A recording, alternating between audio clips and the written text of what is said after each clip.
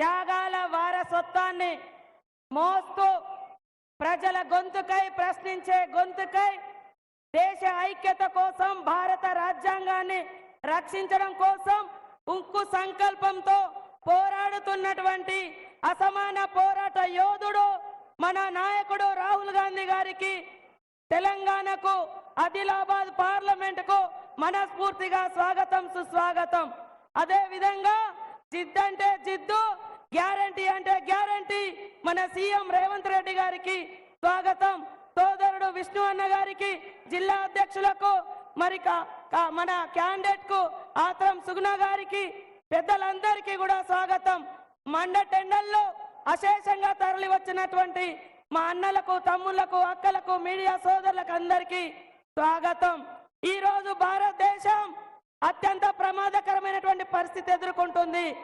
ఆనాడు నెహ్రూ గారి నాయకత్వంలో అంబేద్కర్ గారు రచించినటువంటి భారత రాజ్యాంగాన్ని రూపుమాపి ఈ రోజు మోడీ గారు మనుధర్మ శాస్త్రాన్ని, కుల వ్యవస్థను, వర్ణ వ్యవస్థను తీసుకొచ్చి మధ్యయుగాల నాటి అణిచివేత, అస్పృశ్యత, అంటరానితనం తీసుకురాబోతున్న సందర్భంగా జరుగుతున్నటువంటి ఎన్నికలు. కాబట్టి దయచేసి మనందరి హక్కులను కాపాడేది భారత రాజ్యాంగం. ఈ రాజ్యాంగాన్ని కాపాడుకోవాలంటే మన రాహుల్ గాంధీ గారు ప్రధానమంత్రి కావాలి. అందుకనే ప్రతి ఒక్కరూ దయచేసి ఒక ఆడబిడ్డకు, ఒక ఆదివాసీ బిడ్డకు 75 సంవత్సరాల తర్వాత ఒక మహిళకు మన ఆదిలాబాద్ పార్లమెంట్ లో అవకాశం వచ్చింది. మీరందరూ దయచేసి చేతి గుర్తుకు ఓటేయాలని పేరు పేరున కోరుకుంటా ఉన్నాను. ఈ జిల్లా అభివృద్ధి, ఈ నియోజకవర్గ అభివృద్ధి సీఎం రేవంత్ రెడ్డి గారిది, ఇన్ఛార్జ్ మినిస్టర్ గా నాది.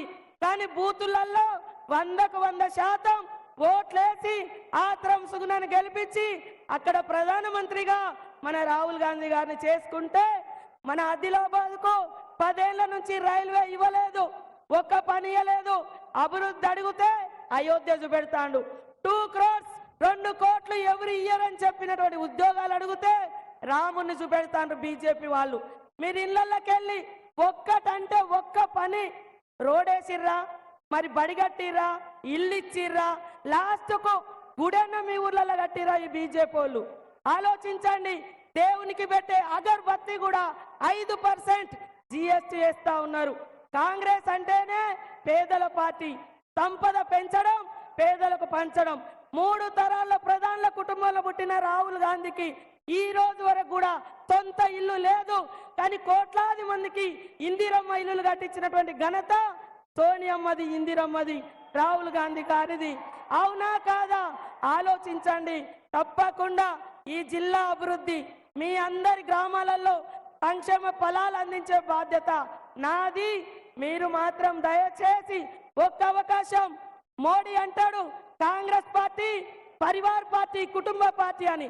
ఒక్క రోజు కూడా పదవి లేకుండా 15-20 లక్షల తూటుబూటేసుకునే మోడీ పేదల నాయకుడు కాదు, కార్పొరేట్ కంపెనీల నాయకుడు. పేదల నాయకుడు అంటే పేదలకు దగ్గరుండే నాయకుడు మన రాహుల్ గాంధీ. అందుకనే పేదల కోసం 100 రోజుల ఉపాధి హామీ చట్టం తెచ్చిర్రు, పేదల కోసం పోడు భూముల హక్కు చట్టం తెచ్చిర్రు, పేదల కోసం 81 కోట్ల మందికి రేషన్ కార్డులు ఇచ్చి ఆహార భద్రతా చట్టం తీసుకొచ్చిన ఘనత కాంగ్రెస్ పార్టీది. దయచేసి మన అందరి కోసం పోరాడుతున్నటువంటి గ్రేట్ వారియర్, పోరాట యోధుడు రాహుల్ గాంధీ అవసరం మనందరికి ఉంది, ఈ దేశానికి ఉంది. కాబట్టి ప్రతి ఒక్కరు కూడా చేయి గుర్తు మీద ఓటేసి గెలిపించాలని కోరుకుంటూ చేతి గుర్తుకే